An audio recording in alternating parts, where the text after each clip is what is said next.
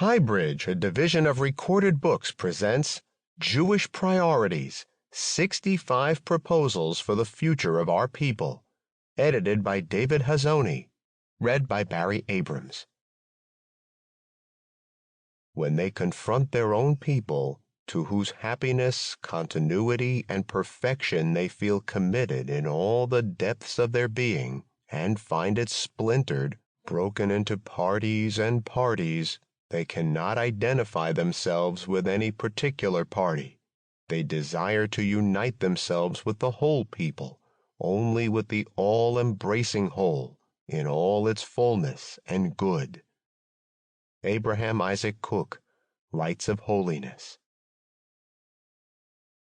Introduction.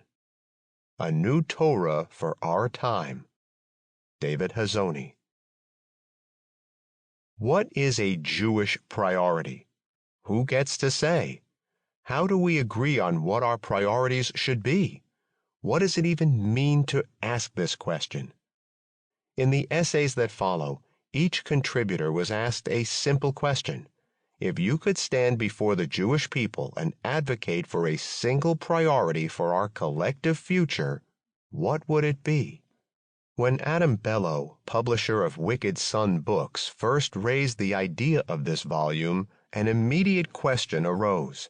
How do we keep it from becoming a collection of boring, conventional arguments about things most Jews already agree on, like fighting anti-Semitism or remembering the Holocaust? In order to be worth the effort, we agreed, such a book would need to be filled with new ideas, provocative and timely, controversial and creative.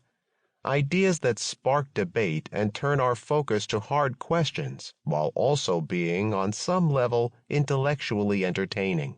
A tall order indeed. We also agreed that these ideas would have to come not from the triangulating communications departments of our hoary communal institutions, but from thinkers, activists, scholars, rabbis, influencers, and culture makers. People who live and breathe the contemporary Jewish experience in all its many forms and who have something important to say. For generations, the Jewish agenda has been set in a top-down manner. In the Diaspora, institutional leaders and major philanthropists work together to establish our communal priorities, not just on the basis of what is truly needed, but also, even primarily, on the basis of what can be funded. That might have been necessary a generation or two ago, but in today's decentralized, sophisticated, and technologically empowered Jewish world, it is not a good way to engage our best minds in a process that challenges our assumptions and moves us forward as a people. What we really need, and perhaps have needed for a long time, is a good old-fashioned intellectual food fight, a democratized Jewish free-for-all, a spirited brawl between two covers. We therefore set out with the singular goal of gathering and putting on display a collection of new ideas for a new generation of Jews. Our aim is to start not one, not two, but many Jewish arguments, and our hope is that these arguments will percolate and spread, stimulating new initiatives and sparking a sense of fresh possibility at the dawn of a new phase of Jewish life. Over the course of more than a year, we reached out to potential contributors from every quadrant, from left to right, from secular and reform to Haredi, from Gen Z to our most venerated writers. Our contributors are Israelis and Americans, Europeans and Russian speakers. They are literary, rabbinic, scholarly, and communal figures, journalists and online influencers, and activists. Many, it turned out, were bursting with ideas and eager to be heard. The essays we received are as eclectic as their authors.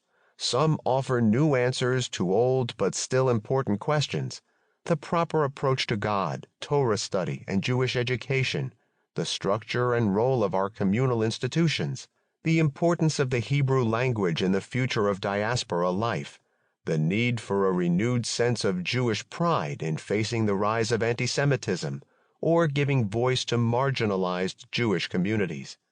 Others raise entirely new themes: the role of new media in teaching ancient texts, or calls for the creation of Jewish fantasy literature or a new Jewish pantheon to honor the heroes of our people. Yet despite this variety, some surprising common threads have emerged, enough to be woven together into a collective Jewish fabric that is stronger than we may have previously supposed. 3 themes in particular stand out. First is a belief in the necessity of the conversation itself. Ours is a time of heated mutual exclusion and intensifying polarization, and few feel this as acutely as the Jews. One might even say we invented cancel culture centuries ago through the process of herem, or excommunication, when disputes over doctrine or practice became unbridgeable. Today, everyone seems compelled not just to keep score about various affronts, but to keep a running list of people I will never retweet. Yet our contributors have set all that aside. Despite their disagreements, they have chosen to appear together in one volume, accepting the underlying premise that such a pan-Jewish conversation is not only possible but urgently needed. For many of them, this is also an act of courage. Second is the recognition of the State of Israel as a central reference point for Jewish life today. 3/4 of a century after the founding of the first Jewish state in 2 millennia, a new form of Jewish identity has emerged in the land of Israel. Many of our contributors are either Israeli-born or have chosen to make Israel their home. Many others have chosen to focus on a topic related to the Jewish state, either supportively or critically. For this reason, several offer contributions that call for an improved Israel, whether that means overhauling its overtly Jewish or Ashkenazic character, its fidelity to modern liberalism, or its relationship with the diaspora or the land itself. Some see Israel as an embattled homeland that must be protected at all costs. Others fear that the new centrality of Israel may have come at the expense of a robust, independent affirmation of Jewish life in the diaspora. Yet for all the controversy that the Jewish state engenders, there can be no doubt that this book appears deep into what the political scientist Yossi Shane has called the Israeli century, a time when Jews everywhere have crafted a new identity that is centrally informed by the renewal of Jewish sovereign life in our ancestral homeland. A third common thread is something we may call a proper sense of Jewish pride. More than 7 decades after the Holocaust and independence, a great many Jews still feel we are missing something, some spiritual quality that is hard to define yet deeply necessary for our survival as a people. We could have gone on commissioning essays indefinitely. The resulting volume could easily have been twice as long, and we regret that the constraints of time and space required us finally to say, enough. But we are very pleased and proud of the result. Taken as a whole, this singular collection provides a kind of still life of the state of the Jews in our time, along with a catalog of the fears, dreams, and plans of a people at a particular moment in history. Indeed, my own belief is that this work constitutes an important contribution to what we may call a new Torah for a new generation of Jews. The word Torah, or teaching, has always had a double meaning. There was the Torah, representing the 5 books of Moses, considered by tradition to be divinely dictated. And then there was simply Torah, which embraced the entirety of Jewish teaching, from pithy proverbs to urgent polemics, from legalistic haggling and interpretation of dreams to medical advice, philosophy, and mystical legends, from prophecy to poetry and prayer.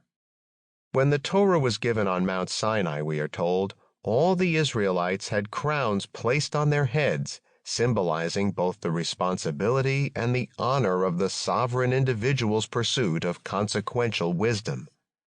This has been our mission as a people for thousands of years, and it has always been a creative process, one that proceeded largely through books. Books define us like no other people on earth. The Bible, a limited collection of texts, each written at a certain place and time, trained us in the arts of high-leverage narratives about our past, but also of poetry, wisdom, and law. The Talmud, through tens of thousands of memorized tales, dialogues, legal disputes, medical and business advice, and mystical imaginings, into a pulsating food processor that has nurtured the imagination of Jews for millennia. Later still, we expressed ourselves through codes of law, mystical texts, theological and philosophical treatises, and in the modern era, through novels and screenplays, magazines and newspapers, manifestos and op-eds. And today it continues through YouTube and Substack, podcasts, and tweets. All of these are in their own way holy texts. They are holy even if we deny there is such a thing as holiness. They are holy even when their subject matter is utterly secular in nature. They are holy because they are the building blocks of our collective wisdom, our Torah, which is part of our core mission on earth.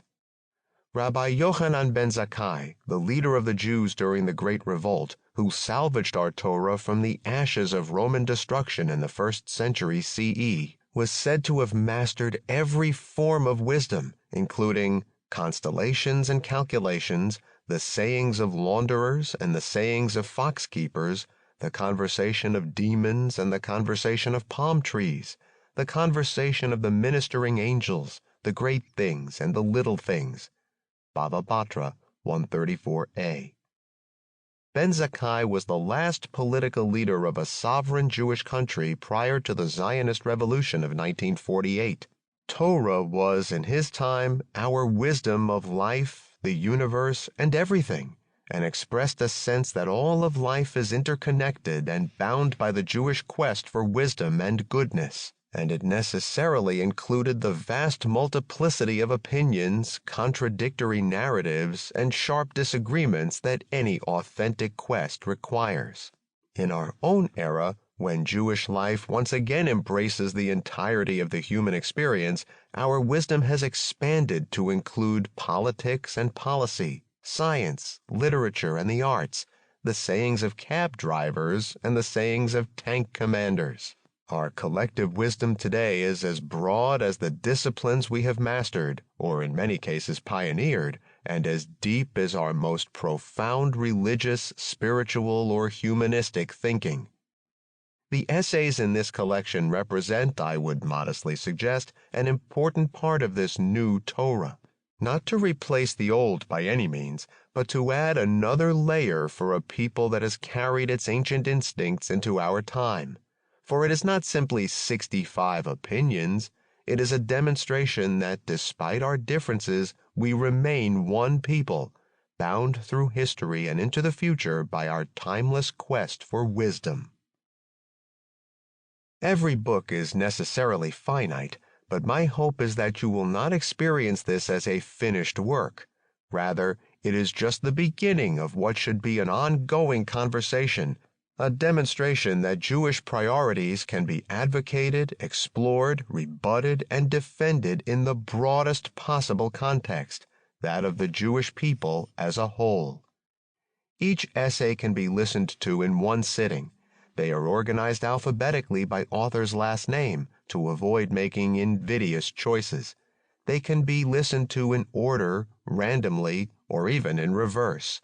Some will inspire new thoughts, or offer just the right words to express something you have long held on the tip of your tongue.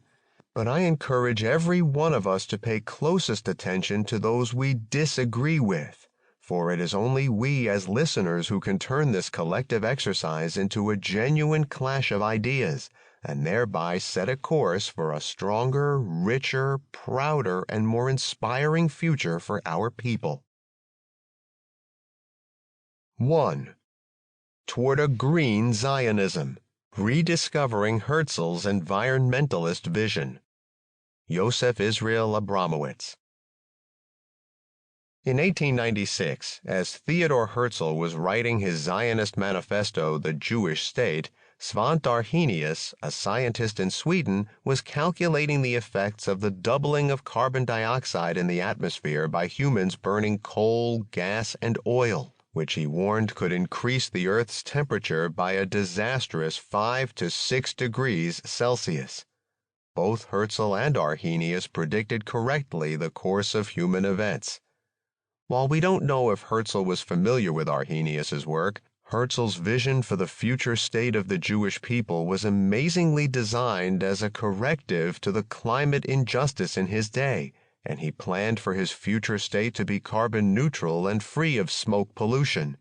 In other words, back in 1896, Arrhenius issued the first warning against human-created catastrophic climate change, just as Herzl was planting the seeds of his model country that was going to be a renewable light unto the nations and solve the looming climate crisis. Arrhenius went on to win the Nobel Prize in Chemistry. Herzl created a state-building movement and was buried on the aptly named Mount Herzl in Jerusalem, overlooking Israel's grave climate record. Herzl gave us two blueprints of his future state. The first, The Jewish State, 1896, is a call to action to form a progressive society on the Eastern Mediterranean. The second, Alt-Neuland, 1902, the novel he raced to write as his breath shortened and his heart murmured, recounts the experiences of two passengers on the coal-fired boat Futuro who visit the Holy Land twice, 20 years apart, marveling at what the Jewish people were able to accomplish in a generation. At the heart of Herzl's hope for the future were humanistic values with a Jewish flavor and the promise of technology, for which his imagination was astonishingly prescient. As he tired of long train rides in Europe, he looked out the window of his carriage and imagined the future airplane, penning the play The Steerable Airship. Well before radio, Herzl imagined a newspaper phone that would ring news and music into people's homes. He had the uncanny ability to take a prototype of an idea, ideological or technological, and to quickly extrapolate to full-scale implementation into the future. And he used Alt-Neuland as his platform to help the Jewish public imagine what they could and mostly did will into being. But Herzl's vision is much greener than today's reality in Israel. In Herzl's imagination over 120 years ago, the future state would be a technological wonderland. Electric and telephone lines would exist in every home. Fast electric trains would crisscross the country and even the region. Electric boats would skim the Sea of Galilee. Electric farming equipment would power the agricultural collectives, and electric cable cars would whirl above city streets to avoid creating traffic jams below. The land would be filled with electric cars, provided there are enough recharging stations in the area one drives in, he wrote, all managed by cooperatives of drivers, over a century before Shai Agassi introduced the same concept via Israel's Better Place venture.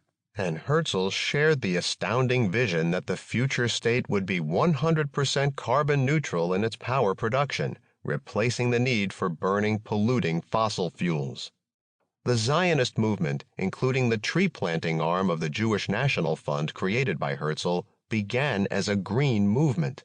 And while Zionism today is threatened from within by parochial and extreme voices in the political sphere, from without by Iran and also an international delegitimization movement, the National Security Council in the Prime Minister's office has recently added a new threat to the viability of Herzl's state: climate change.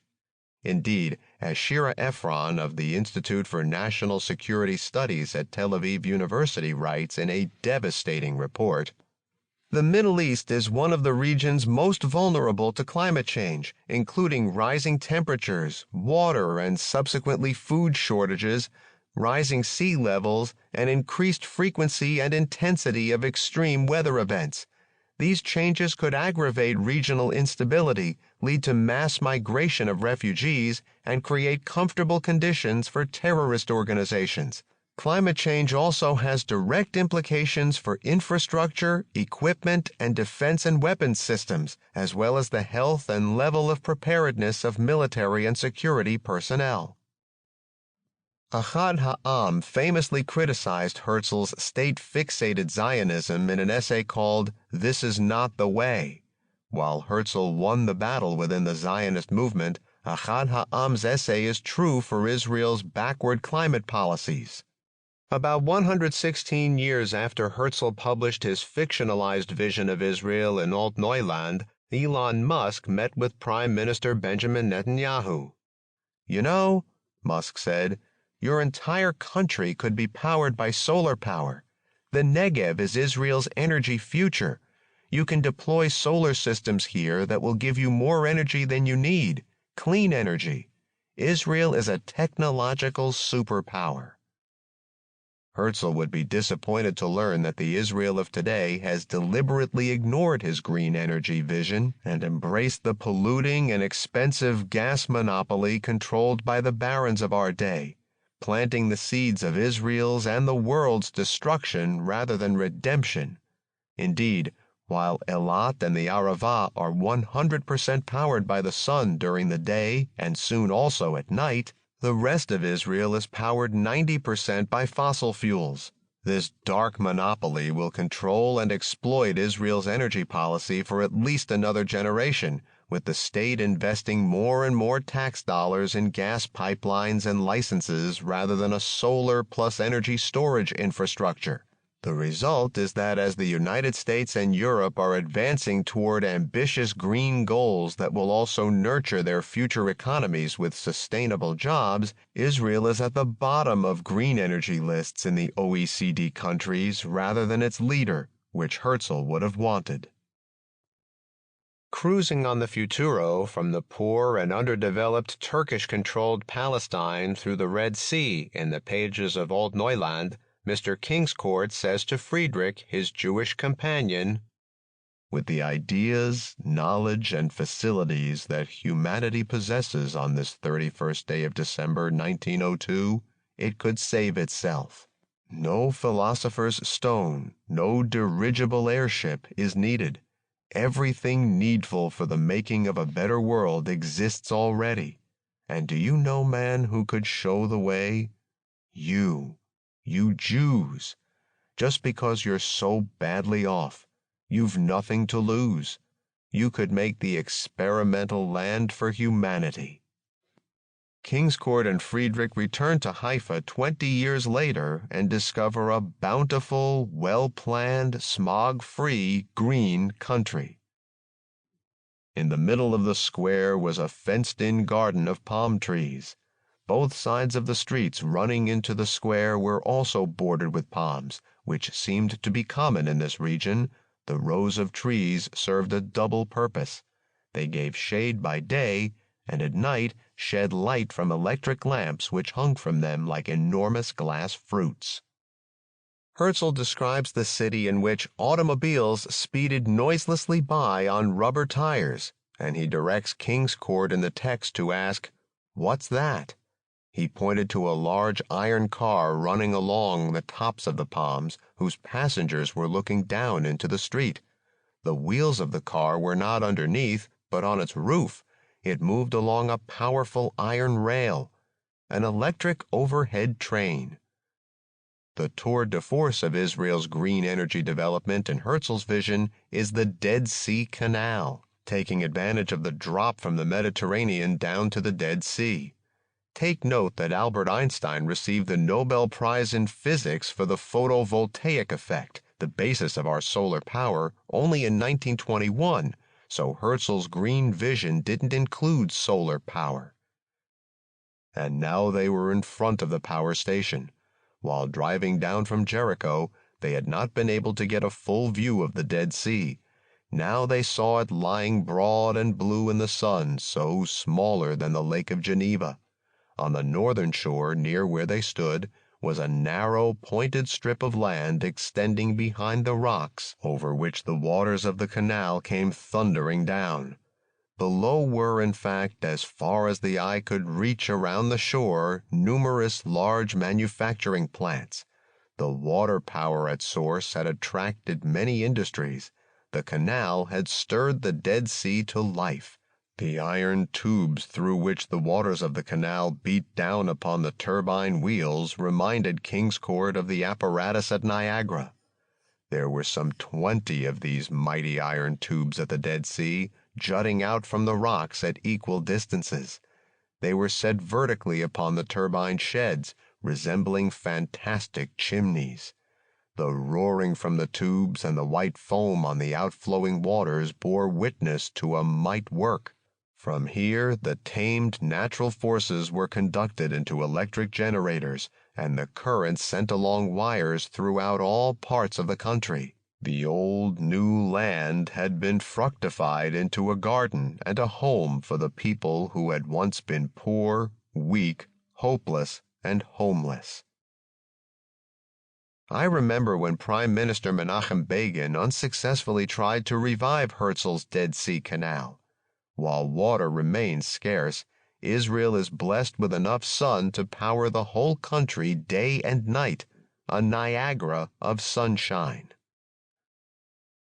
Herzl was obsessed not only with the Jewish question, but the social question, the growing inequalities in society. 2 years before writing The Jewish State, he penned a play called The New Ghetto. The main character, Jacob Samuel, an educated, assimilated Jew, organizes a coal miner strike against the exploitative, stock market fixing aristocracy and is killed off in a duel. The exploitation of coal workers is at the heart of the new ghetto, and the flag that draped Herzl's coffin had 2 blue stripes and 7 Jewish stars, to signify not the days of the week, but the humane treatment of workers that could be achieved by a 7-hour workday, which the Jewish state was going to model for the world, along with green energy. In Herzl's future state, there would be peace with our neighbors and full equality for its Arab citizens. He was moved by the Arab poor on his brief visit to Palestine and held that their lives would be vastly improved by the new technology, including green electricity for all, that the Jews would bring with them. Fast forward 120 years since the publication of Alt Neuland. My 18-year-old daughter Ashira and I jump into a taxi in our 3rd attempt to vandalize Herzl's grave in Jerusalem. Herzl's bones, much like those of Joseph, arrived in Israel long after his death. He was buried in the State of Israel in 1949, 52 years after the first Zionist Congress. In my bag is the masking tape to paste a Reuters article onto the slab of black granite grave engraved with gold block Hebrew letters. In the taxi, I hear a ping on my newspaper phone. There is a shouting match in the Knesset. We click on the link of Kan, the national broadcaster, to see and hear members of Knesset, mostly from the opposition, yelling. In the seat of the speaker's chair is Mansour Abbas, chairman of the Islamic party, Ra'am. A portrait of Herzl hangs above him on the left. Despite the fact that Herzl imagined a civil political culture, Israel's politics have been intense and often unpleasant in the past several years, with 4 rounds of inconclusive elections. The political elephant in the room for the past several decades has been if, when, and how Israeli Arab parties might join a Zionist government and change the political map. The Israeli Arab sector has been deeply neglected, with vast discrepancies in government policies and spending on education, public transportation, police, infrastructure, and electricity. The electric light was certainly not invented so that the drawing room of a few snobs might be illuminated, but rather to enable us to solve some of the problems of humanity by its light, wrote Herzl in The Jewish State. In solving it, we are working not only for ourselves, but also for the many other downtrodden and oppressed beings. From his perch in the Knesset above Mansour Abbas, Herzl watches the debate taking place about hooking up unauthorized Arab homes to electricity. We jump out of the taxi at Mount Herzl, walk past the modest museum, and emerge into the open plaza. On my phone, Abbas is still trying to get the Knesset to order, but he is calm. The black granite tomb about 100 yards away is flanked by soldiers and 2 flagpoles, the World Zionist Organization flag on the right and the flag of Israel on the left. The soldiers, on a study tour, move on, And so Ashira and I approach and place the phone with the live Knesset debate onto the grave. From atop the tomb, Mansour Abbas's voice calls for a roll call on the third. Sample complete. Ready to continue?